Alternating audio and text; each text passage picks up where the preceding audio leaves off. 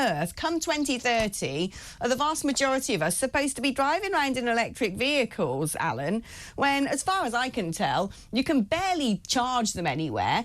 A lot of service stations, when they've got the sort of 10 charging standards saying we don't have enough base power in the grid to actually make them all work at the same time. And when you look at the number of cars on streets now, you know, multi-car families, you can barely park outside your house. So how are you supposed to have the world's longest extension lead to, like, plug this thing into your garage? I got no idea.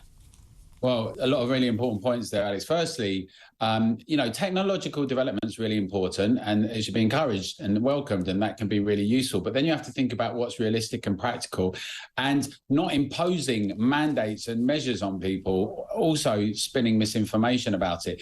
So the thing about electric cars is there's a goal of 300,000 charging positions. There's currently 44,000. We've done about 3,000 in the last 3 months.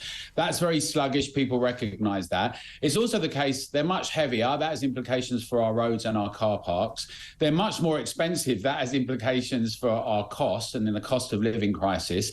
And they use all sorts of things like copper, obviously steel being forged. They use a carbon footprint to get made. They actually use double the carbon footprint, but people hope they can last longer.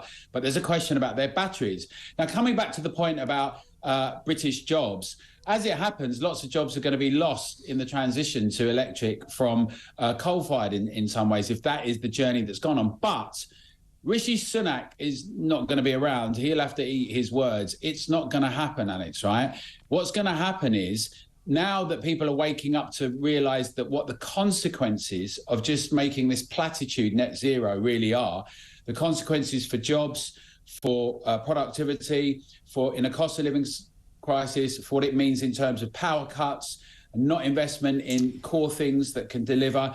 All these things might sound nice when you're doing policy talk. Reality for people working up and down the country is not the case.